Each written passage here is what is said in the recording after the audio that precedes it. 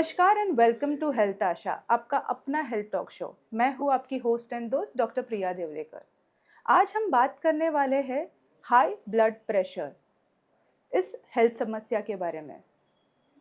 हमारे फ्रेंड्स या हमारे रिश्तेदार इस बीमारी से पीड़ित है, बट क्या है ये बीमारी, क्यों होती है, इसके सिम्टम्स क्या है, कैसे जाने कि हमें हाई ब्लड प्रेशर है, इसका ट्रीटमेंट क्या है, क्या जिंदगी भर हाई ब्लड प्रेशर ये रहेगा ही। आज हम जानेंगे हमारे हेल्थ एक्सपर्ट से। आज हमारे साथ जुड़े हैं doctor Nitin Karnik sir. Doctor Nitin Karnik sir is a professor and head of department medicine in Lokmanya Tilak Municipal Hospital, that is Sion Hospital. Sir has more than 40 years of experience in the field of Department of Medicine और chief intensivist भी है। नमस्कार and welcome sir. Welcome to health Asha. Sir, जैसे मैंने अभी just कहा कि हमारे काफ़ी फैमिली मेम्बर्स इस बीमारी से या हाई ब्लड प्रेशर ये जनरली हम सुनते हैं। क्या होता है ब्लड प्रेशर, क्या होता है first of all? Blood pressure जो है वो अपने जो धामिनीज में प्रेशर आता है हार्ट का पंपिंग का वजह से, तो वो उसका मेजरमेंट रहता है। अभी ये ब्लड प्रेशर के दो वैल्यूज़ है, ऊपर वाला जो हम सिस्टोलिक बोलते हैं और नीचे वाला जो हम डायस्टोलिक बोलते हैं। तो ये ब्लड प्रेशर आपको ज़िंदगी भर नियंत्रित रखना चाहिए और उनके अच्छा। कुछ पहलू है। तो ये नियंत्रित रखना जिंदगी भर जरूरी है, मतलब हाँ, हाँ, एक बार अगर वो डिटेक्ट हो जाता है तो उसको हमने कंट्रोल में रखना जरूरी है। तो ये जैसे ब्लड हमारे आर्टरीज या हमारे जो इससे ब्लड वेसल से जब गुजरता है तो उसका जो फ्लो होता है वो हाई होता है, इसके वजह से होता है। उसके क्या मतलब, ऐसे क्या रीजन है जिससे वो नाम आया गया जैसे हाई ब्लड प्रेशर? इसको अति उच्च रक्तदाब भी बोलते हैं। और सबसे पहले अच्छा। मैं आपको दिखाना चाहता हूँ कि ये समस्या कितनी तीव्र है। हाँ। आप अगर ये देखेंगे कि ये ग्लोबल ट्रेंड है, जो ग्लोबल प्रेवलेंस है ब्लड प्रेशर का, और आप अगर देखेंगे जो डेवलप्ड कंट्रीज है इनमें सब में 35 to 40% लोगों को हाई ब्लड प्रेशर रहती है।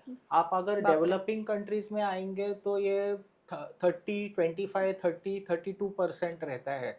तो ये बीमारी ना केवल इंडिया के लिए सीमित है मगर ये पूरे वर्ल्ड वर्ल्ड में? में सीवियर है। अच्छा। और अगर आप इंडिया के फिगर्स देखेंगे तो टोटल 30% 35% है। अच्छा। और उनमें थोड़ा लाइफस्टाइल की वजह से डिफरेंस है। यस। यानी आप अगर गांव में जाएंगे तो थोड़ा कम इंसिडेंस है, हम्म। एक 25 से 30%।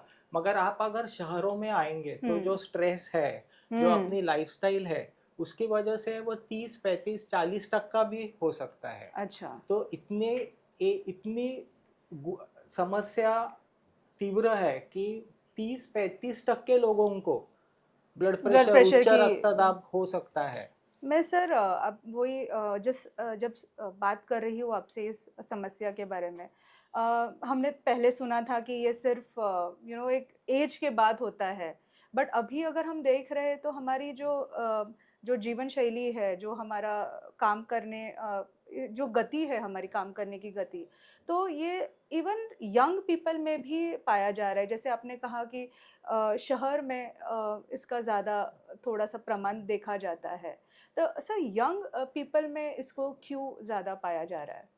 इसमें ऐसा है कि अगर आपके माता पिता में से किसी एक को ब्लड प्रेशर हो तो अच्छा। आपको 40 50% चांस रहता है ब्लड प्रेशर होने का। मगर अच्छा। अगर दोनों को ब्लड प्रेशर हो तो आपको 80% से ज़्यादा चांस है लाइफ टाइम में ब्लड प्रेशर डेवलप करने को।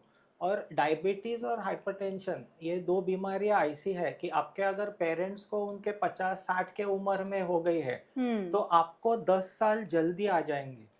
अच्छा। ये जो लाइफस्टाइल अपनी है और स्ट्रेस उसका वजह से। तो अच्छा। ये यंग जनरेशन में और थोड़ा जो लाइफस्टाइल है कि स्थूलता का प्रमाण बढ़ रहा है, हाँ। स्मोकिंग है, हुँ। एक्टिविटी कुछ नहीं है। लोगों थोड़ा थोड़ा यस। खरीदी करने के लिए भी बाइक पे बैठ के चले जाते हैं। तो यस। चलना ही जिंदगी है मगर अब कोई चलता नहीं है।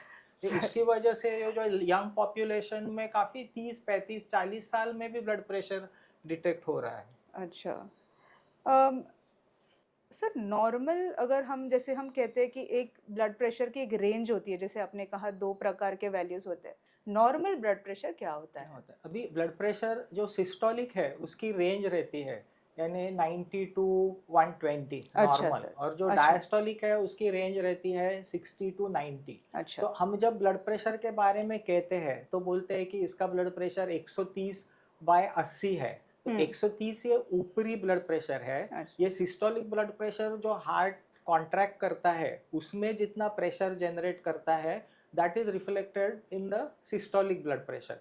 जब हार्ट रिलैक्स होता है तो अच्छा। जो अपने रक्त धमनियों में जो उनके वॉल में जो स्टिफनेस रहता है उसका मेजरमेंट है डायस्टोलिक ब्लड प्रेशर। अच्छा, अभी ये दोनों ब्लड प्रेशर इक्वली इम्पोर्टेंट है। अच्छा। पहले लोगों को लगता था कि सिर्फ डायस्टोलिक ब्लड प्रेशर बढ़ने से बीमारियां होती है, मगर अभी ऐसा पाया गया है कि आप 60 का एज का ऊपर जो ऊपर वाला ब्लड प्रेशर है जिसे हम सिस्टोलिक ब्लड प्रेशर कहते हैं, हाँ। वो पहले अनियत लोग उसके ऊपर ज़्यादा ध्यान नहीं देते थे, हुँ, मगर अभी ऐसा दिखाया गया है कि अगर उम्र आपकी बढ़ती है, सिस्टोलिक प्रेशर अगर नहीं कंट्रोल किया तो पैरालिसिस का जो पक्षाघात अपन कहते हैं कि पैरालिसिस, उसका यस, इंसिडेंस बढ़ यस सर। सकता है। सर और हाँ। ये जो नॉर्मल रेंज है अभी बहुत रिवाइज हो गई है। हुँ, आप अगर 20 साल 30 साल पहले जाएंगे तो 140/90 ये नॉर्मल ब्लड प्रेशर कहला जाता था, मगर ओके। अभी ऐसा ध्यान में आया है कि 140/90 से भी जो कार्डियोवास्कुलर बीमारियां है, increase incidence of heart attack है, हुँ, स्ट्रोक्स है यानी हुँ, पैरालिसिस है, वो 140/90 को भी आ सकता है। तो जब ये इंटरनेशनल बॉडी ने इसका सब जांच किया तो उन्होंने क्राइटेरिया रिवाइज किए, और अभी उन्होंने कैसा किया है कि ऑप्टिमल ब्लड प्रेशर क्या होना चाहिए, तो अच्छा सर। मैक्सिमम 120/80 और लेस। अच्छा, तो नियर ऑप्टिमल उन्होंने कहा है कि 120 से 129 तक और 80 से 84 तक, और अच्छा उन्होंने सर। अभी स्ट्रिक्टली 130/85 ये कट ऑफ लिया है। अच्छा, और पहले ऐसा 4 स्टेजेस, हाइपरटेंशन सीवियरिटी ग्रेड 1, 2, 3, 4, अभी उन्होंने सिर्फ 2 ग्रेड रखे हैं। अच्छा पहले सर। ग्रेड में जो सीवियरिटी ग्रेड 1 है वो हुँ, सिस्टोलिक 130 टू 139 और डायस्टोलिक 85 टू 89, अच्छा और सर। 140/90 आइदर और दोनों उसके ऊपर अगर होगा हुँ, तो वो डायरेक्टली ग्रेड 2 सीवियरिटी कहते हैं। अच्छा क्योंकि सर। अभी ध्यान में आया है कि 120/120, 200/120 और 140/90 अगर अनियंत्रित रखा जाए रखा जाए। तो हुँ, 10 साल में सेम कॉम्प्लिकेशन होते हैं अच्छा सर। दोनों ग्रुप में। तो कभी क्या होता है ना, सीवियरिटी आपका हाइपरटेंशन ग्रेड 2 है, उसका ग्रेड 4 है, हुँ, तो इससे माइंड में थोड़ा अंधविश्वास होता है कि उसका ज़्यादा है मेरा कम है, 140/90 से मुझे कुछ होगा नहीं। मगर हुँ, आपको आपका ब्लड प्रेशर अराउंड 120/80 ही रखना है। अच्छा। हम सर आप आगे जब बात करेंगे आपसे ये जानना चाहते हैं कि इस ब्लड प्रेशर की कुछ ऐसे प्रीडिस्पोजिंग फैक्टर्स होती है, मतलब उसके रीजंस क्या है, उसके कारण क्या है कि ये बढ़ता है? एक तो अनुवांशिक कारण है कि आपके अंदर अगर हिडन जीन्स है हुँ, कि जो आपके पेरेंट्स में या फैमिली में है तो आपको होना है। Okay sir. दूसरा, आपका जो नमक है खाने में हुँ, उस पे अगर नियंत्रण नहीं रखा गया तो हुँ, ज़्यादा नमक खाते हैं, स्नैक्स में ये सेव गाठी फरसान पापड़ और अचार इसका ज़्यादा सेवन किया जाता है। दूसरा, वजन आपका ज़्यादा है, स्मोकिंग करते हैं, okay sir. Activity level, physical activity आप दिन का कम से कम 45 मिनट चलना चाहिए, वो नहीं अच्छा। कर रहा है। हुँ, अभी जो समस्या आ रही है स्ट्रेस, जो स्ट्रेस। स्ट्रेस सबको सब ये जो आईटी प्रोफेशन है उनको स्ट्रेस है, ये गाइडलाइन कंप्लीट करना है, इतना सेल होना चाहिए, वो रात भर सोते नहीं है, 12, 1, 2 बजे तक उसके कंप्यूटर पे काम करते रहते हैं, लैपटॉप पे, सुबह जल्दी उठते हैं, खाना हुँ, बराबर नहीं है, भागते हैं वापस पूरा दिन ऑफिस में स्ट्रेस। सो हुँ, ये जो लाइफस्टाइल हो जाती है कि पूरा दिन 24 घंटा 12 महीना आप सर पे स्ट्रेस लेके घूम रहे हो और आपके पेरेंट्स को ब्लड प्रेशर है, आप फिर जंक फूड खाते हो, ये ऑर्डर करो स्विगी से, ये मंगाओ, ये वो मंगाओ, सब बर्गर, ये उससे ब्लड प्रेशर, ये क्लासिक सेटिंग है कि आपके अंदर जीन्स है, आपका लाइफस्टाइल ऐसा है, आप खा नहीं रहे हैं और आपका खाना ऐसा है, ये सब मिलके आपको बहुत जल्दी ब्लड प्रेशर होने की शक्यता है। स्ट्रेस ये एक ऐसा फैक्टर है जो जैसे सर ने कहा कि हम हर एक इंडस्ट्री में जैसे हम काम करते हैं उस हर हर एक स्ट्रेस लेवल डिफरेंट है। हम घर पे भी स्ट्रेस लेते हैं, घर के भी कामों का स्ट्रेस होता है।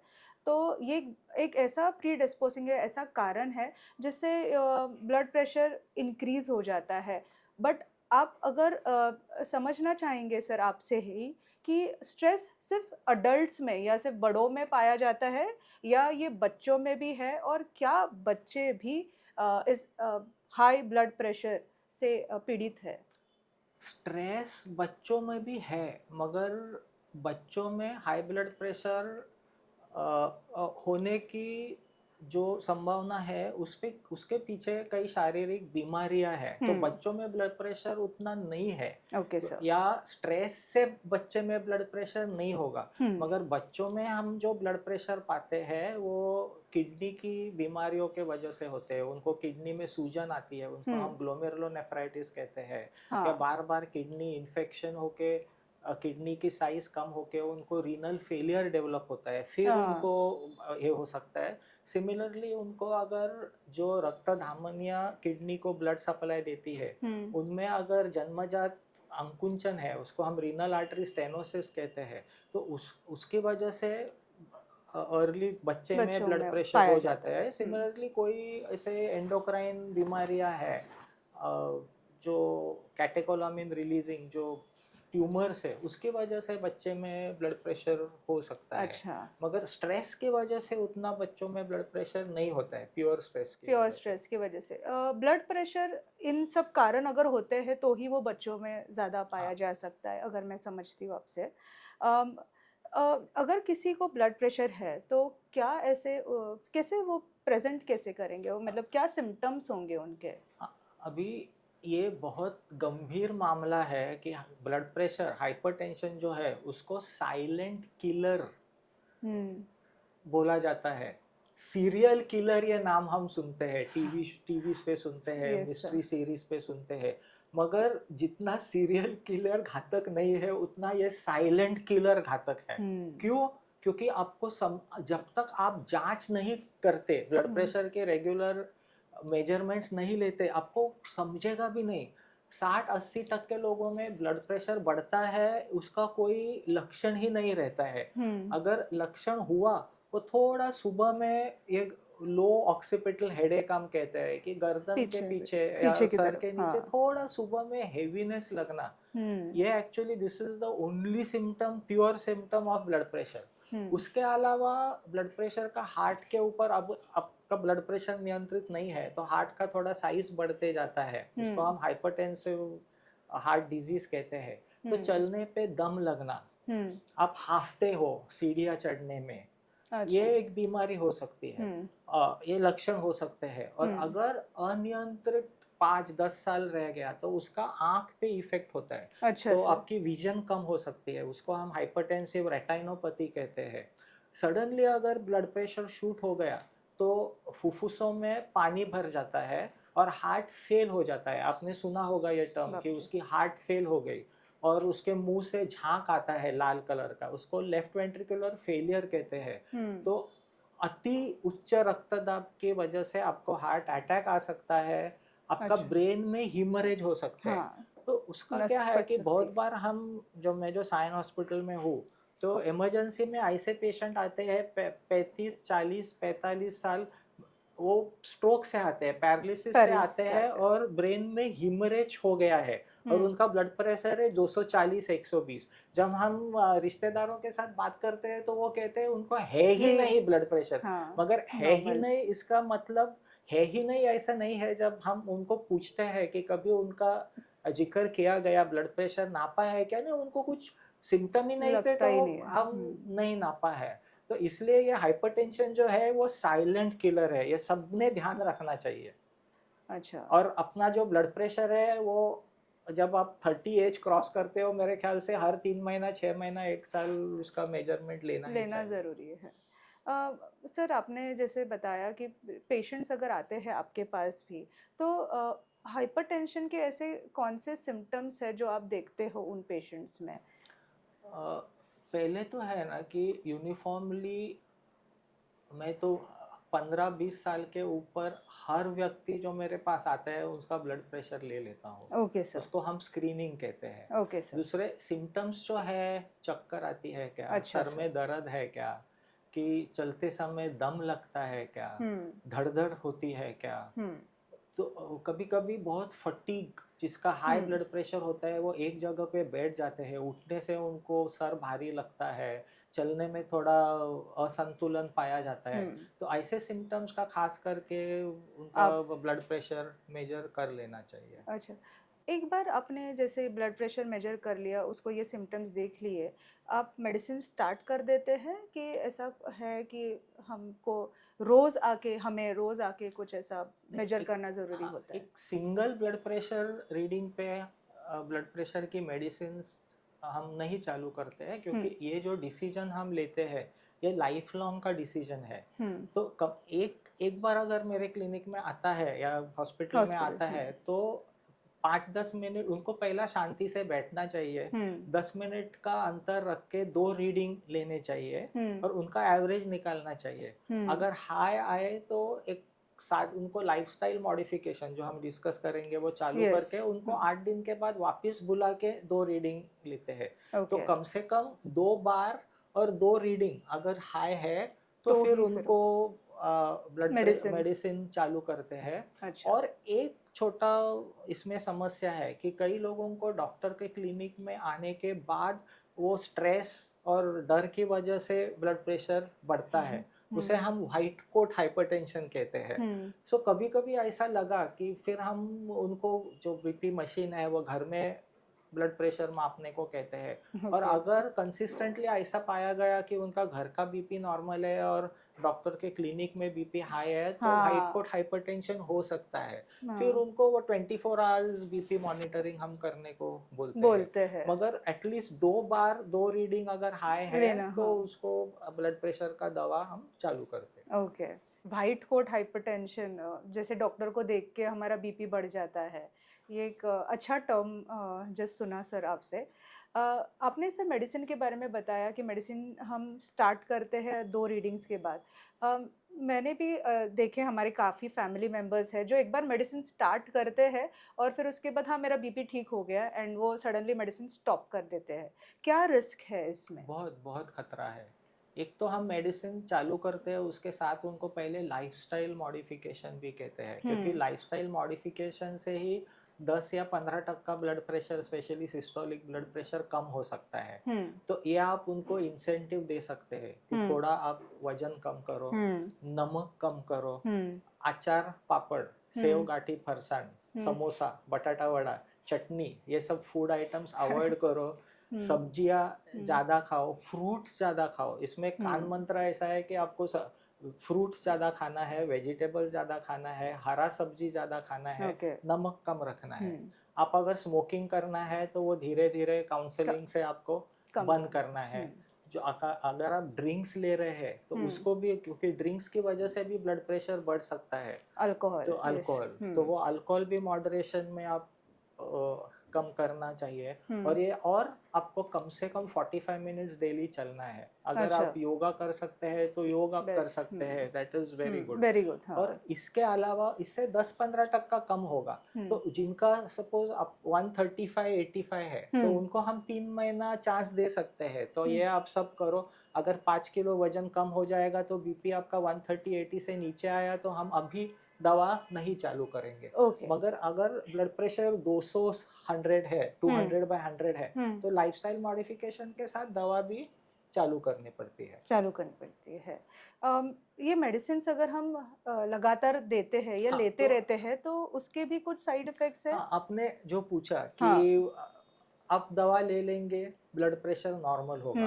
हाँ, अभी इसमें क्या होता है कि हमारे समाज में जो डॉक्टर नहीं है मगर उनको मेडिकल एडवाइस देने का शौक है, बहुत वो ज्यादा। लोग बहुत ज्यादा है। हम्म दूसरे तो और लोगों की भी टेंडेंसी है कि मेरा अभी ब्लड प्रेशर नॉर्मल हो गया, तो उन वो कुछ वजह ढूंढते रहते हैं कि मैं हम्म अभी कब दवा बंद करूं। तो हम्म वो गांव में जाएंगे, किसी को दिखाएंगे, फिर हम्म हमें आके कहते हैं कि गांव में गई, वो डॉक्टर बोला अभी हम्म बीपी तुम्हारा नॉर्मल है, दवा बंद बंद करो। कर दो। अभी मैं तो लोगों को ब्लड प्रेशर या डायबिटीज होने के बाद ये एक स्पष्ट बताता हूँ को हम्म आपको अगर टीबी हो जाता था तो मुझे अच्छा लगता था आपके लिए, तो वो सब चौंक जाते हैं क्यों। हाँ, क्यों? मैं हाँ बोलता हूँ कि टीबी 6 महीने, अगर लंग टीबी है तो हाँ 6 महीने का दवा से आपका टीबी क्योर होता है।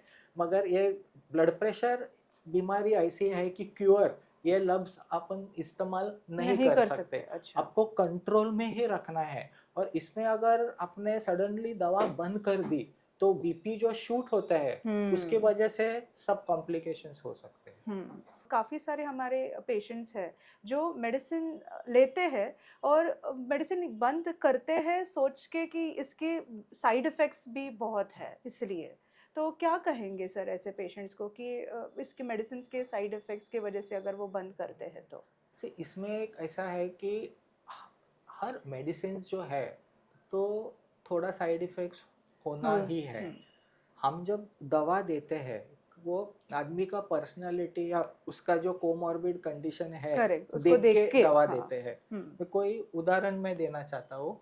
यानी अगर किसको कॉन्स्टिपेशन है हम्म या कुदरती वजन ज़्यादा है और पैर पे सूजन रहती है, हम्म तो ये जो कैल्शियम ब्लॉकर नाम की जो दवा है, हम्म निफेडिपिन है, एम्लोडिपिन है, हम्म एफनोडिपिन है, ये हम नहीं देते क्योंकि ये ओके। दवा से कॉन्स्टिपेशन हो सकता है। हाँ सो समझ हाँ गए। या उससे थोड़ा 6 महीना 1 साल के बाद थोड़ा पैर में 5% लोगों में सूजन आ सकती है। हाँ। तो जिसको खांसी है हम्म या ब्रोंकियल अस्थमा है, हम्म स्मोकिंग से वजह से लंग वीक है, हम्म तो उनको हम एस इनिबिटर्स नाम के जो ड्रग्स है, हम्म रैमिप्रिल, इनेलेप्रिल, वो नहीं देते हैं क्योंकि 5-10% लोगों में ये दवा से खांसी हो सकती है। हम्म तो ऐसे लोगों को दिया तो उनके खांसी बढ़ेगी तो वो दवा बंद करना पड़ता है। तो ये ये सब जो फाइन देखकर। ट्यूनिंग हाँ है, तो तो पेशेंट देख के हम कौन सी दवा देने हैं, 1 या 2 दवा का कॉम्बिनेशन देना है, वो डिसाइड डिसाइड। करते हैं। मतलब हर एक पेशेंट को देखकर ही मेडिसिन दी जाती है। और हाइपरटेंशन जैसे सर ने कहा कि उसकी दवाइयाँ हमें लगातार लेनी है as per doctors advice only. हमें इसमें कुछ भी प्रयोग नहीं करना है और इसको नियंत्रित कंट्रोल रखना हमारे लिए बहुत ज़्यादा ज़रूरी है। सर हम जानना चाहेंगे अगर मेडिसिन नहीं लिए या अगर हमने ब्लड प्रेशर को कंट्रोल नहीं किया तो क्या उसके कॉम्प्लिकेशंस है? आँख में आपकी विजन जा सकती है, दृष्टि कम होती है, ब्रेन में हिमरेज होके आपको लकवा या पक्षाघात पैरालिसिस की बीमारी होती है। हुँ, ब्रेन के आर्टरीज में क्लॉट्स होके भी आपको पैरालिसिस हो सकता है। हुँ, हार्ट अटैक आता है, जब हार्ट को प्रेशर सहा नहीं जाता तो करेक्ट। सडनली अटैक आता है, हार्ट फेल हो सकता है। हुँ, और अगर आप किडनी में देखें तो ब्लड प्रेशर बढ़ के किडनी के ऊपर इफेक्ट होके किडनी फेल हो सकती है। हुँ, एक दूसरी बात ऐसी है कि प्रेगनेंसी और ब्लड प्रेशर हुँ, ये एक टोटली डिफरेंट टॉपिक है। और ये जो गर्भवती माता में ब्लड प्रेशर हुँ, बढ़ता है कि हुँ, उसके वजह से उनके जीवन को और पेट में जो गर्भ पल रहा है उसके जीवन को भी खतरा है। हुँ, और गर्भवती महिला में ऐसा है कि 140-90 बीपी भी घातक हो सकता है। हुँ, और यस। इसमें हम एक्लेम्पसिया नाम की जो बीमारी होती है कि उनके यूरिन में प्रोटीन चला हुँ, जाता है, उनका विजन कम होके उनको आकड़ी मिर्गी हुँ, आना चालू यस। करके, हुँ, ऐसे अगर हो गया तो आपको इमरजेंसी सीजरिंग करना पड़ता है माँ हुँ, की जान बचाने के लिए बचाने के लिए, और यस। बच्चे की जान बचाने के लिए। तो प्रेगनेंसी में ब्लड प्रेशर नियंत्रित हुँ, रखना वो बहुत ज़रूरी बहुत है। ज़रूरी है। और रेगुलर ब्लड प्रेशर चेक करना है। ओके। ऐसे जो पेशेंट्स आते हैं आपके पास, क्या उनको एडमिट किया जाता है जिनको हाई बीपी होता है या मेडिसिन ओपीडी बेसिस पे जैसे हम क्लिनिक में आके मेडिसिन देना यही एक हाँ, ट्रीटमेंट होती है?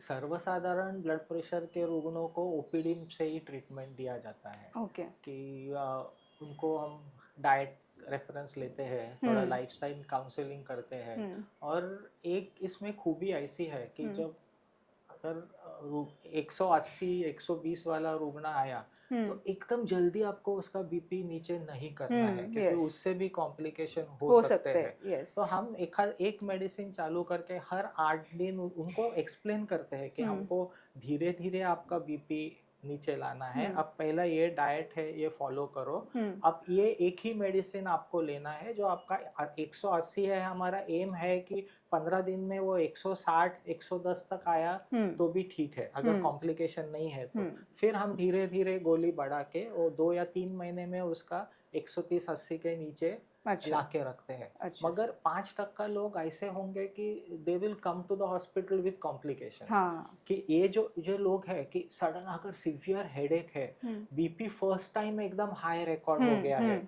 सब गर्भवती माता बीपी हाँ वाले, फिर जिसको न्यूरोलॉजिकल कॉम्प्लिकेशंस है, हम्म बहुत सर में दर्द है, एक साइड कमजोर महसूस हो रही महसूस है, चलने में दिक्कत है, लंग में पानी भरा हुआ है, छाती में दर्द हो रहा है, ये सब मरीजों को एडमिट करके ही उसका बीपी कंट्रोल करना अच्छा है। ओके।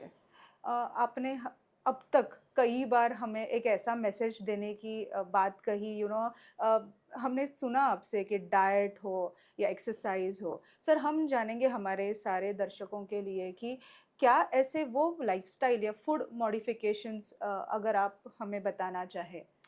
इसमें फूड मॉडिफिकेशन में जंक फूड जो हम्म है, वो जंक फूड आपको टोटली बंद करना पड़ेगा। हम्म दूसरा जो नमक, हम ऐसा नहीं कह रहे हैं कि आप खाने में नमक मत डालो, हाँ मगर जिसको ब्लड प्रेशर है या 3 या 4 दिन का सॉल्ट इंटेक ठीक है। ओके अगर आपको आप कोई चीज सब्जी ले ली और उसमें नमक कम लगा तो ऊपर हम्म से नमक नहीं नहीं डालना डालना है। है। फिर मैं तो आपका जो नॉर्मल खाना है, सब्जी दाल चावल हाँ, रोटी, स्टैंडर्ड वही डाइट, हाँ। Standard diet. आप दही ले सकते हैं, सैलेड ले लो। हुँ, और वेजिटेरियन डाइट इज प्रिफर्ड। जो अगर नॉनवेज है तो नॉनवेज आप हफ्ते में 2 बार हुँ, या 3 बार ले लो, और वो हाँ, भी फ्राइड चीज मत ले लो, क्योंकि हुँ, जो कुछ फ्राई होता है उसमें नमक ज्यादा डाला, उसमें तेल ऑयल, जाता है, तेल, और ऑयल की हाँ, वजह से वापस आपका कोलेस्टेरॉल जो बढ़ेगा। हुँ, अभी ये ना डेडली कॉम्बिनेशन है। हुँ, आपको अगर ब्लड प्रेशर है, डायबिटीज है और आपका कोलेस्टेरॉल हाई है,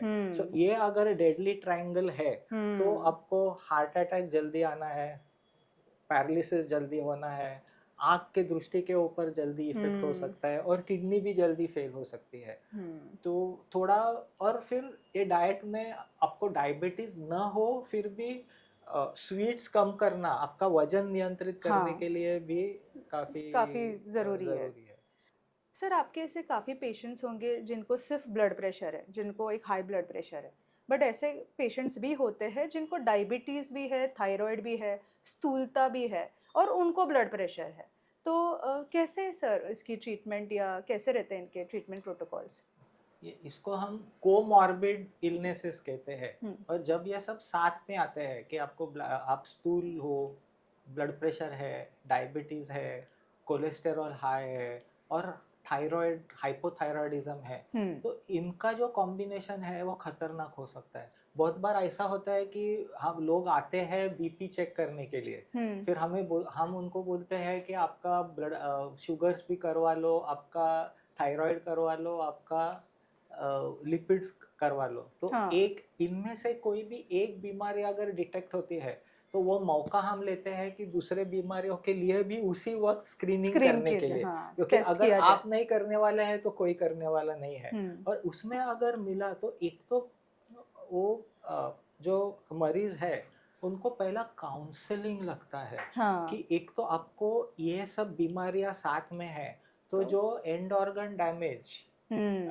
होने की जो चांसेस है हुँ, वो 30-40% ज़्यादा है। हुँ, तो फिर उनको हम क्या होता है ना, फिर उनका माइंडसेट अपने को तैयार करना पड़ता है कि हुँ, डायबिटीज भी दवा लेनी है, कोलेस्टेरॉल की लेनी है, और बीपी की लेनी है, लेनी है और थायराइड की भी लेनी उसकी है। भी तो लेनी है। पहला काउंसलिंग बहुत जरूरी है। हम्म। सिर्फ दवा लिख के पेशेंट को नहीं बोल सकते जाओ, हम्म। वो काउंसलिंग के साथ उनके फैमिली मेंबर्स को इन्वॉल्व करना जरूरी है। क्योंकि कोई अगर ना वो लड़की है, बहू है, घर में बेटा है, स्पाउस है, पति पत्नी, वो उनके बीमारी की तरफ ध्यान देके उनको सपोर्ट कर सकते हैं। अभी इसमें हम ऐसा चूज करते हैं, अभी कोई बीपी की मेडिसिन ऐसे है, यानी हाइड्रोक्लोरोथाइजाइड है, बीटा ब्लॉकर्स है, उससे कोलेस्टेरॉल बढ़ सकता है। तो अगर हाइपरटेंशन के मरीज को कोलेस्टेरॉल हाई है तो हम ऐसे दवा देते हैं कि कुदरती उनमें थोड़ा टेंडेंसी है कि 5% कोलेस्टेरॉल कम होता है। अगर एस इनहिबिटर्स आप यूज किए तो 5-8% बैड कोलेस्टेरॉल कम होता है। अच्छा। वैसे अगर बीटा ब्लॉकर्स आप जब हाइपरटेंशन में यूज करते हो तो उनसे हाइपोग्लाइसेमिया के सिम्टम्स मास्क होते हैं। तो कभी कभी लो शुगर होती है और ध्यान में अगर नहीं आया तो वो लो शुगर से और कॉम्प्लिकेशन हो सकते हैं। तो फिर डायबिटीज और ब्लड प्रेशर है तो हम बीटा ब्लॉकर्स अवॉइड करते हैं और एस इनहिबिटर्स और जो ARBs है, लोसार्टन वगैरह, वैसे यूज कर सकते हैं। इसमें और एक है कि डायबिटीज और ब्लड प्रेशर, इनसे किडनी से प्रोटीन लीक होता है। तो अगर आप एस इनहिबिटर्स ये ग्रुप यूज करते हैं तो किडनी से प्रोटीन लीक बंद होता है या कम होता है और शुगर्स भी कम होते हैं। तो सब कोमोर्बिडिटीज के हिसाब से अपने को वो पैकेज इंडिविजुअलाइज, पर्सनलाइज दवाइयों का उसके लिए पैकेज बनाना जरूरी है। सर, आपने काफ़ी सरलता से ये ब्लड प्रेशर या फिर ये हाई ब्लड प्रेशर जैसी एक हेल्थ समस्या है जिससे हम काफ़ी सारे पेशेंट्स को देखते हैं और हमें हमारे सारे फैमिली मेम्बर्स में भी काफ़ी जन है जिनको ये बीमारी है।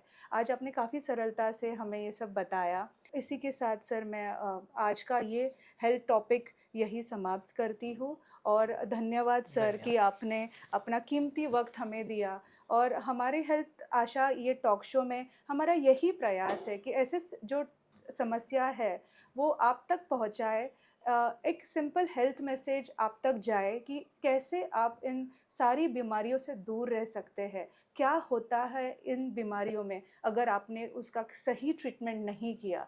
हमारे साथ ऐसे ही हेल्थ एक्सपर्ट्स हमेशा से जुड़ते हैं और आप तक वो मैसेज देने की हमारी पूरी कोशिश रहती है। इसके लिए फॉलो कीजिए हेल्थ आशा और सब्सक्राइब कीजिए हमारा चैनल ताकि आप तक हम वो मैसेज या हेल्थ टॉपिक्स आप तक वो इन्फॉर्मेशन ला सके। Please follow and visit our channel. Thank you for following our videos and hearing more of such information. Do follow Dr. Priya Devlekar's Health Asha. And also to subscribe my channel. If you require any specific health topic to be covered in my talk show, do let me know. Thank you.